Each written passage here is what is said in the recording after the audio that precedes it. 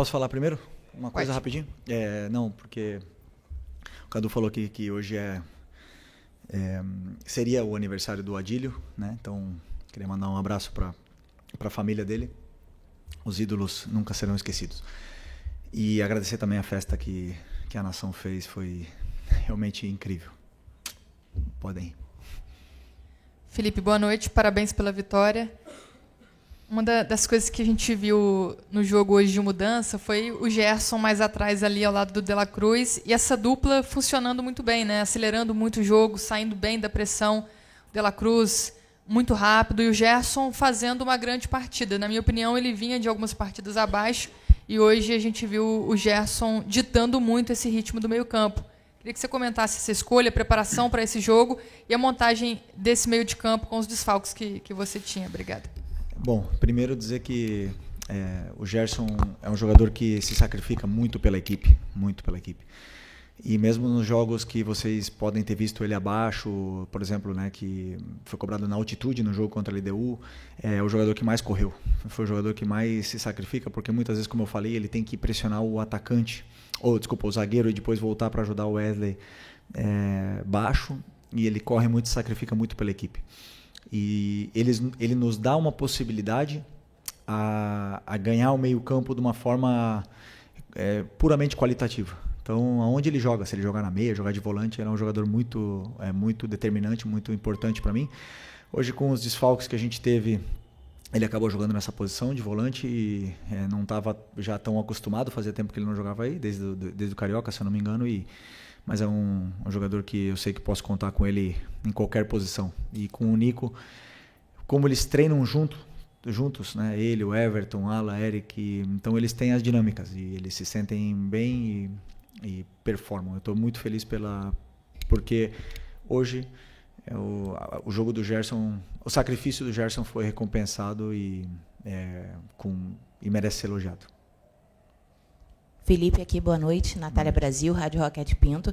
Ainda falando sobre mudanças, né? O Pedro iniciou o jogo no banco e eu queria ouvir de você, que é o comandante da equipe, o motivo dele ter começado no banco, porque no campo das especulações a gente fala sobre esquema tático, controle de minutagem, que ele pode ter algum problema físico em virtude da grave lesão que ele teve. Então, eu queria saber de você por que dessa escolha de não começar com o Pedro. Bom, o Pedro fez um grande jogo contra o Corinthians, mas, como eu falei para vocês também, para mim existe uma coisa que é a alta médica, que o Pedro está liberado para jogar e ele fez um grande jogo, mas não existe mágica. A alta competitiva, jogar a cada 3 dias, tá no nível dos companheiros, isso é outra história. E o Pedro não está no nível dos companheiros fisicamente. Ele não está. Eu sou o que mais quero colocar o Pedro. Eu sou o que mais estou desejando o Pedro chegar na sua forma física ideal para jogar com o modelo de jogo que pede, que todos sabem o que eu peço. Né? Para jogar dessa forma, a gente precisa de todo mundo 100%. E o Pedro não está 100% fisicamente. Não está, a gente nota. E depende dele cada dia treinar, cada minuto que ele tiver aproveitar, para ele poder estar no nível dos companheiros e poder ter cada vez mais minutos. Então, eu sei que ele é o melhor e assim que ele tiver no mesmo nível físico que todos os outros, com certeza ele vai estar no campo, porque todo mundo sabe da qualidade do Pedro. Então só agora depende dele poder retomar essa forma física o antes possível e estar disponível para ajudar a equipe. Mas enquanto isso, continuar trabalhando. Felipe, Raíza Simplício da Gol Brasil e da revista Placar. Rapidinho, só para pedir para você completar essa questão do Pedro, você enxerga que é possível o Pedro e o Arrascaeta jogarem juntos e o Flamengo pressionar o adversário, como você gosta que a equipe pressione, né? Queria que você explicasse isso. E, rapidinho, só para completar, queria que falasse da situação do Gonzalo Plata, né? Porque ele está com edema ósseo. Ele acabou jogando aquele jogo lá contra o Botafogo da Paraíba. Foi alguma questão de erro de planejamento? Ou ele estava bem, depois piorou? Enfim, ele perde aí os próximos jogos? Bom, a questão se eles podem jogar junto, obviamente que eles podem jogar junto. Eles jogaram em 2022, fomos campeões juntos, com o Gabi na equipe. jogaram juntos agora esses jogos, e o que nós temos que ver é como o Arrasca está correndo, como o Arrasca está fisicamente na melhor forma que eu vi nos últimos 5 ou 6 anos. E o Pedro precisa chegar nessa forma. A hora que o Pedro chegar na forma física ideal, no seu 100%, ele vai nos dar para a equipe o que a equipe precisa. E todo mundo pode fazer. Todo mundo. Só precisamos que ele esteja do mesmo nível físico que os seus companheiros no dia a dia. E, desculpa que... O Plata. O Plata teve um edema ósseo, um gesto estranho no joelho contra o Vasco, e teve um edema ósseo e ele teve muita dor nessa primeira semana, viajou para Lideu, não conseguiu jogar, conseguiu se recuperar e a dor dele melhorou toda, então teve minutos contra o Botafogo, foi espetacular como ele jogou, mas voltou a ter dor. E o joelho é um tema muito delicado, uma coisa que pode perdurar para a vida dele, e realmente ele está com dor, ele não está conseguindo performar, ele está muito frustrado, um cara que ama treinar, um cara super alegre, feliz e divertido, e hoje a gente vê quando ele está na maca que ele está triste, né? Então precisamos que ele se recupere o antes possível, porque sabemos do importante que é esse jogador para a gente. Felipe, tudo bem? Boa noite. Gabriel Alfa, canal Paparazzo Rubro Negro, Revista Placar. Parabéns pela vitória. Obrigado. Felipe, queria te perguntar sobre o Rodrigo Caio, né? O Rodrigo Caio, que agora faz parte da comissão permanente do clube. Como que vem sendo esses primeiros dias com ele? Como foi a escolha do Rodrigo Caio para compor a comissão? E, embora, né, ele não faça exatamente a mesma função que o Daniel fazia, né, que era a questão de bolas paradas, tem muita gente nas redes sociais relembrando o gol do Léo Ortiz de hoje com o gol que o Rodrigo Caio fez contra o Grêmio, na Libertadores de 19. Queria saber se essas jogadas aéreas aí tem alguma coisa a ver com a chegada do Rodrigo Caio ou não, ou ele não tem nenhuma relação com isso. Obrigado. Bom, primeiro agradecer o Daniel Alegria, que começou comigo, estava comigo desde o começo, né, no Sub-17, me acompanhou toda essa trajetória, subiu comigo aqui profissional, me ajudou muito. Mas eu entendia que precisava uma mudança. Comentei com o Boto sobre essa mudança na comissão e de um perfil diferente, de uma pessoa diferente. E como vocês bem imaginam, eu e o Boto conversamos todos os dias, horas e horas e horas sobre tudo. É um cara que ama falar de futebol e está comigo, com os treinadores que ele trabalhou. E eu também gosto de perguntar muitas coisas para ele, sou muito inquieto e ele até liga para outros treinadores para eu perguntar coisas de tática. Então a gente se ajuda muito e ele me deu alguma opinião e alguns nomes, né, para poder completar essa vaga. Obviamente, quando eu escutei o nome do Rodrigo, já aprovei na hora, porque eu conheço a pessoa, o caráter e o profissional que ele pode ser. Ainda é novo, tem muito a aprender e veio para somar na parte do clube, né? Então estamos felizes com a sua chegada. Tem um impacto grande, né? Os jogadores respeitam muito uma pessoa íntegra como o Rodrigo e com a história que ele tem. E sim, está ajudando também na bola parada, junto com o Marcinho, junto com os nossos analistas. Então todas as jogadas de bola parada foram preparadas e treinadas. Às vezes acontecem gols, às vezes não. Também fizemos gol com alegria, não porque mudamos que fizemos gols, né? Mas eu sentia que precisava dessa troca e, como eu te falei, o importante é agradecer o Alegria aqui. Okay. Boa noite, Felipe. Léo José, do Coluna do Fla. A lesão do Pulgar fez com que você a lesão do Pulgar e também do Ala fez com que você precisasse puxar um pouquinho o Gerson, e aí você formou a dupla ali do Gerson com o De La Cruz. Uma dupla que funcionou bem, né? Pelo meu entendimento, seu entendimento também. E lá na ponta direita você acabou jogando o Luiz Araújo. E com a lesão do Plata, em mais alguns jogos a gente vai precisar ver outro ponta direita por ali, sem ser, obviamente, o Plata. E com o Luiz Araújo na direita e o Gerson mais de meio de volante, você entende que essa opção ela pode ser usada mais vezes? É uma opção que você pensa usar com frequência? Ou você prefere mesmo deixar o Gerson ali na meia direita e usar um outro volante? Eu sempre penso em escolher os melhores para poder montar um plano de jogo onde eu possa machucar o adversário. O Luiz tem uma coisa que é muito boa, que ele tem gol. Ele tem gol, ele tem assistência, ele gera esse perigo quando ele chega perto da área, né? Então, ele nos dá outras coisas com suas características para a equipe. Então, eu sempre, quando eu vou analisar um adversário, e agora mesmo pela falta dos volantes, nem duvidei em colocar o Luiz pela forma que ele entrou no último jogo com 10 minutos. Falei para ele, orgulhoso que eu me sentia dele depois de ter ficado vários jogos no banco. E entrou, 10 minutos não, no minuto 10 contra o Bahia. E correu de uma forma assim muito bonita. O que ele fez no jogo contra o Bahia foi para mim impressionante. Falei para ele que eu fiquei orgulhoso dele. E o futebol ele devolve. Um cara que treina todo dia do jeito que ele treina, um cara que quer, que se incomoda quando erra e quer melhorar e quer evoluir, o futebol devolve. E hoje devolveu com um gol, mais uma grande atuação. Então o Luiz sempre vai ser uma peça onde eu sei que eu posso começar com ele, sei que eu posso colocar no segundo tempo, e o campo fala, né? Tem jogadores que, como eu falei, batem na porta e vão jogar mais. Depois dos momentos de cada um vão dizendo se merecem estar no campo ou não.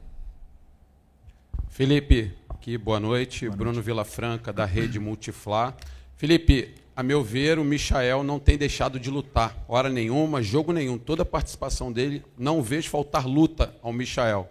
Agora, algumas tomadas de decisão eu acho que têm sido equivocadas e a torcida já cobra bastante.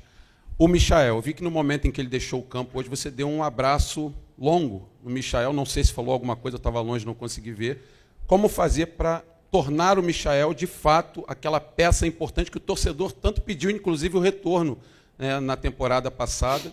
E essa é uma das funções do treinador, recuperar jogadores que não estão dando aquilo que o torcedor entende que pode ser melhor. Obrigado e parabéns. Obrigado. Eu penso sempre em uma frase que define, né? Ninguém é mais importante que a equipe. Todo mundo tem que se sacrificar pela equipe e a equipe vence dessa forma, ou está mais perto de vencer dessa forma. Hoje o Michael, o Bruno Henrique, o próprio Arrascaeta, o Luiz, jogadores de frente não deixaram em nenhum momento a LDU jogar. Não deixaram. Eles não conseguiram passar do meio campo no primeiro tempo.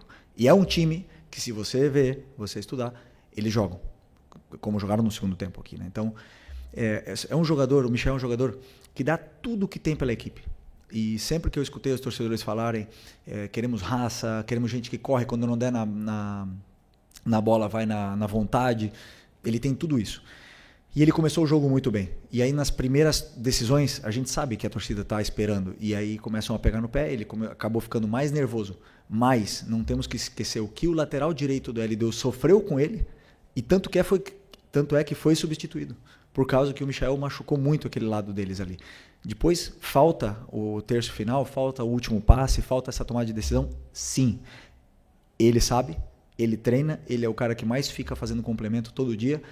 E a hora que a bola entrar ou que ele conseguir se soltar um pouco mais nesse aspecto, ele tem. Ele tem porque em 2021 ele fez 15 gols, se não me engano, 12 gols. Ele quase foi artilheiro do Brasileiro aqui naquele ano. Então, eu tenho que tentar também ajudar ele a recuperar isso aí, que é um jogador que deixa tudo que tem pelo Flamengo.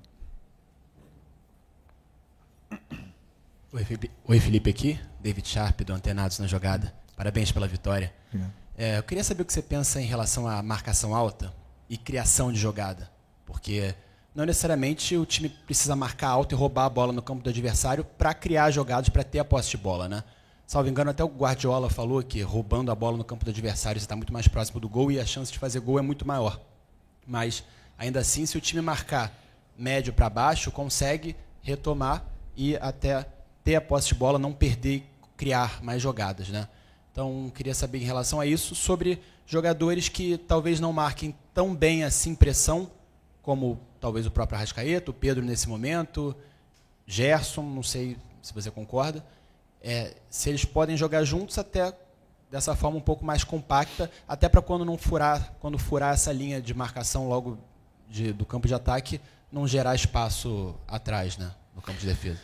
Para mim, a única diferença, por exemplo, de um Bruno Henrique, Pedro, Arrasca e Plata, que são jogadores, é a intensidade na pressão. Mas a pressão todo mundo pode fazer. O que acontece? A gente só olha a pressão alta. Só que para mim o jogo é feito de fases, né? Então na fase defensiva para mim são 4 fases, que é o tiro de meta, a pressão alta, o bloco médio e o bloco baixo. E todos eles têm que fazer as 4 fases. Ou seja, tem que pressionar o tiro de meta, temos que pressionar alto quando a bola está no pé do goleiro, e quando eles rompem a nossa pressão, nós temos que saber fazer um bloco médio, temos que voltar todos. E quando tiver bloco baixo também tem que voltar todos. Tem uma função defensiva a fazer em todas essas fases, na fase defensiva e também na fase ofensiva, claro que são outros aspectos. Todos eles podem fazer. A intensidade da pressão, a força que você vai pressionar é outra. Isso sim, isso é uma característica que a gente não pode mudar, mas todos eles podem fazer as 4. E, aliás, fazem, quando estão bem. Felipe, boa noite. Mauro Santana, do canal Mauro Santana. Não tem tempo no calendário do futebol brasileiro nem para chorar derrota, nem para comemorar vitória, né? Exatamente são 67 horas que você vai ter para recuperar a sua equipe já para o Clássico com o Botafogo no próximo domingo pelo Brasileirão. Tendo em vista a intensidade, principalmente no primeiro tempo que você cobrou da equipe, como é que você está vendo essa preparação e principalmente a recuperação dos atletas para esse compromisso e um adversário que também está motivado, que também obteve uma vitória na Libertadores? Vai ser um grande jogo, um jogo duríssimo, dificilíssimo. Eles têm um dia mais de descanso, né? Mas que não serve como desculpa.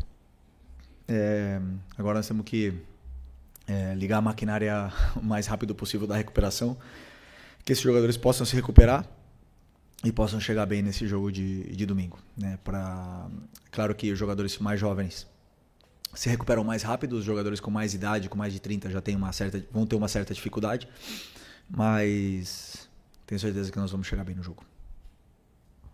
Felipe, Isaac Andrade, Flavoz. O Flamengo jogou bem, o Flamengo venceu, mudou um pouco a história dele nessa trajetória da Libertadores, e foi muito elogiado, inclusive, na coletiva aqui pelo treinador da LDU.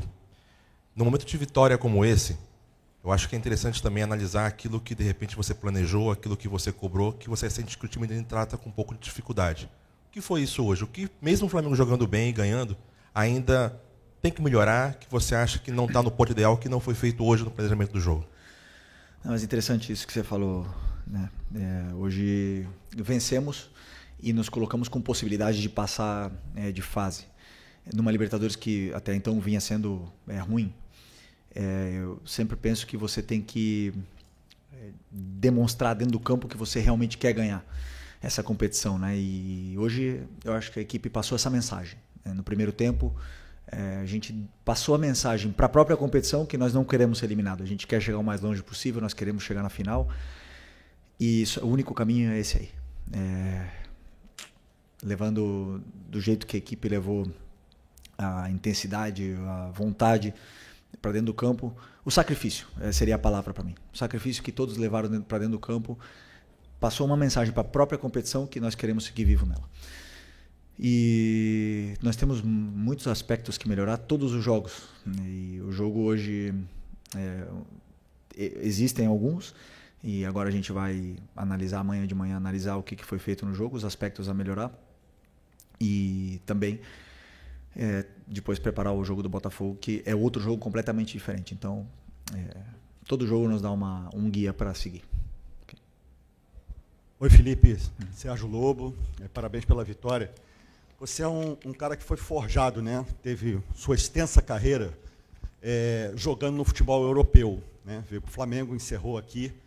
E você tem toda uma cultura europeia de jogo. Queria saber, te ouvir, a opinião que você tem sobre a escolha do Carlo Ancelotti como técnico da seleção brasileira, por favor. Primeiro, dar as boas-vindas para ele. Já jogamos contra, né? Quando eu era jogador, bastante vezes contra ele. Nos ganhou até uma final da Champions, então é um cara que vem com o respaldo todo para tomar as decisões que ele tenha que tomar e que queira tomar. Não podemos nos enganar. O melhor futebol está lá. Os melhores jogadores estão lá, as melhores competições estão lá, os melhores treinadores estão lá. Essa é a verdade. E nós temos muito que aprender do futebol europeu. E então, muito bem que ele venha para cá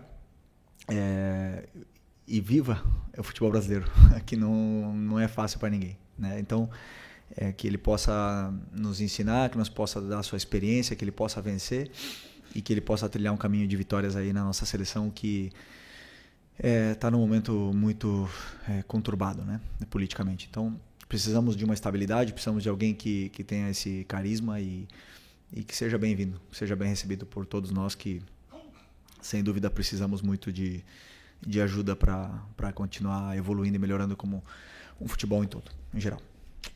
Obrigado.